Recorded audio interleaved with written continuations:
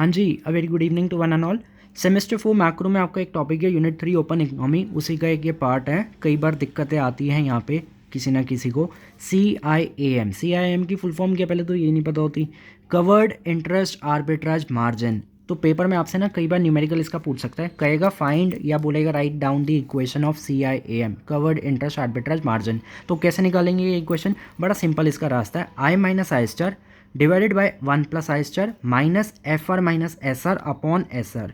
सो ये वेरिएबल्स कौन है? आई का मतलब interest rate in the home nation, I star का मतलब it is interest rate in the foreign nation, divided by 1 plus I star क्या दिखाता है?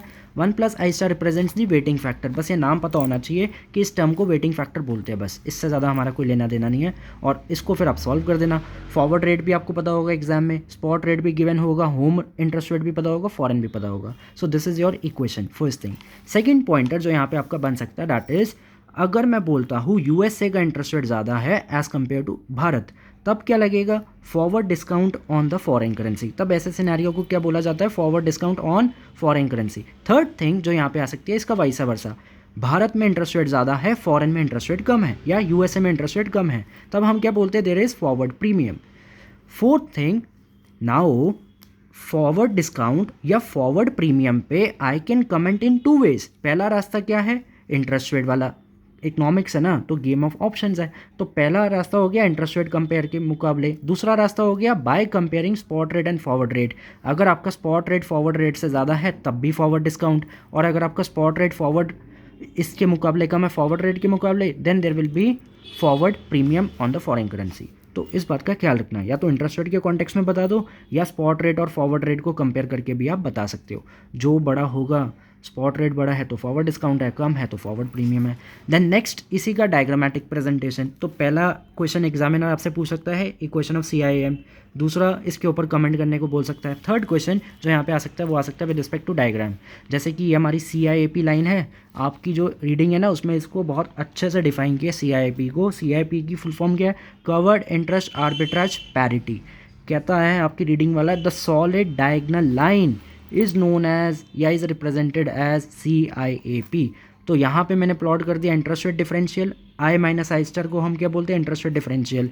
यहाँ पे इसकी नेगेटिव वैल्यूज़, यहाँ पे इसकी पॉजिटिव वैल्यू, दोनों का डिफरेंस पॉजिटिव आएगा तो ऊपर, नेगेटिव आएगा तो नीचे। देन यहाँ पे पॉजिटिव आ रहा है आपके पास तो फॉरवर्ड प्रीमियम, नेगेटिव आ रहा है तो then it is known as forward discount. ये वैल्यूज़ प्लॉट कर दी। अब यहाँ पे कुछ वैल्यूज़ थी जिसकी हेल्प से हमें एडजस्टमेंट मैकेनिज्म करना है। स्कूल लेवल वाली गेम है। स्कूल लेवल पे आप जैसे डिमांड मोर देन सप्लाई पे बताते थे कि डिमांड ज़्यादा है सप्लाई कम है तो कैसे इक्विलिब्रियम आएगा। सेम काम यहाँ है बट वेरिएबल्स बदल गए। आज की डेट में वेरिएबल्स हमारे कुछ और है। तो सबसे पहले अगर मैं बात करूँ यहाँ पे, if we are sitting at a dash, अगर मैं यहाँ पे बैठा हूँ ए डैश पे, तो ए डैश की इंटरप्रिटेशन क्या होगी? क्या कहना चाहता है ए डैश और कैसे मैं CIAP पे वापस आ सकता हूँ?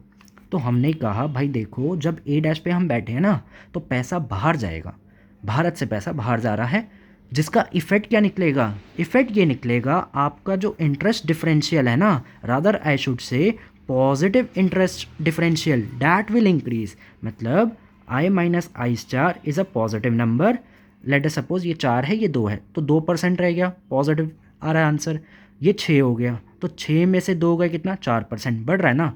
सो जब भी पैसा बाहर जाएगा आपके इंटरेस्ट डिफरेंशियल का जो आंसर है that is a positive number, first thing वो बढ़ता रहेगा। So this positive number will goes on increasing. इसका इफेक्ट क्या निकलेगा? इसका इफेक्ट ये निकलेगा आपका जो फॉरवर्ड प्रीमियम है दैट विल फॉल, वो धीरे धीरे फॉल होगा। यही बात अभी मैं ऊपर बता रहा था यहाँ इस इक्वेशन में, तो वो फॉल होता रहेगा। देन इसको आप ऐसे भी बोल सकते हो कि भाई भारत के अंदर इंटरेस्ट रेट बढ़ रहा है और फॉरेन में इंटरेस्ट रेट कम हो रहा है, और यही सेम बात यहाँ है। Now next effect is investor will purchase the foreign currency to invest abroad, जिसका इफेक्ट ये हुआ स्पॉट रेट बढ़ गया। भाई 2014 के पहले का भारत है कि इन्वेस्टर को फॉरेन करेंसी चाहिए बाहर इन्वेस्ट करने के लिए। आज की डेट में तो लगभग 18 देश ऐसे हैं जो इंडियन रुपी को एक्सेप्ट करते हैं, जिसमें से UK is also one of them, and उसके साथ साथ Germany is also one of them.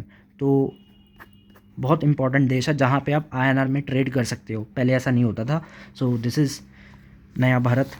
उसके बाद ये इफेक्ट समझ आ गया ना, ए डैश की बात क्या हुई कि भाई इन्वेस्टर को फॉरेन करेंसी चाहिए अब्रॉड के लिए, जिसका इफेक्ट ये निकला स्पॉट रेट बढ़ गया। तो ए डैश पे क्या क्या बातें आ गई? बातें ये आ गई, पहली बात कि positive interest differential will rise, first effect. दूसरी बात इसका नेट इफेक्ट ये आएगा या spill over effect, forward premium कम हो रहा है, भारत में इंटरेस्ट रेट बढ़ रहा है, फॉरेन में इंटरेस्ट रेट कम हो रहा है, और इन्वेस्टर को अगर बाहर पैसे इन्वेस्ट करने हैं तो उसे फॉरेन करेंसी चाहिए, जिसका इफेक्ट ये होगा स्पॉट रेट बढ़ेगा। सो ये पॉइंटर से याद रखना, स्पॉट रेट बढ़ जाता है, पॉजिटिव इंटरेस्ट डिफरेंशियल बढ़ता है, होम कंट्री में इंटरेस्ट रेट बढ़ रहा है और फॉरेन में इंटरेस्ट रेट कम हो रहा है।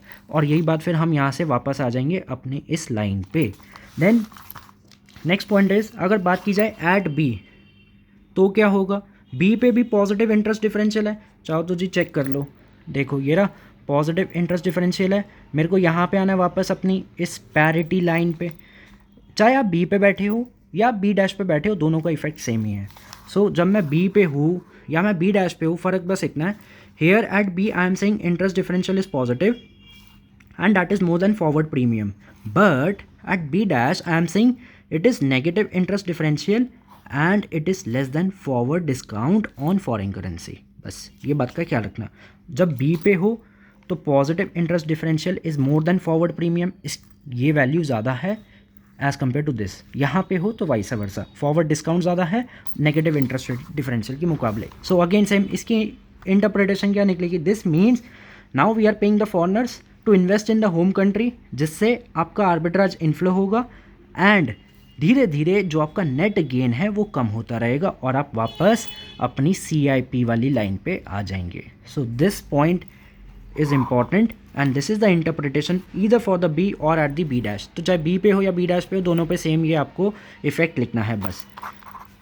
So this is your topic. ये आपसे पूछ सकता है एडजस्टमेंट प्रोसेस, तो कौन कौन से न्यूमेरिकल बन गए या क्वेश्चन इस टॉपिक से, पहला इक्वेशन, दूसरा कब फॉरवर्ड डिस्काउंट है, कब फॉरवर्ड प्रीमियम है, देन उसके बाद स्पॉट रेट के कॉन्टेक्स्ट में भी आप बता सकते हो, या तो स्पॉट रेट यूज़ कर लो या इंटरेस्ट डिफरेंशियल यूज़ कर लो। देन आपसे ये पूछेगा एडजस्टमेंट मैकेनिज्म बताओ कैसे हम CIP लाइन पे आ सकते हैं, तो ये पॉइंटर्स का ख्याल रखना। So now you have this video, इसे आराम से देखो, और अगर कोई दिक्कत आए तो नंबर तो आपके पास है ही मेरा, 98 110 42 456।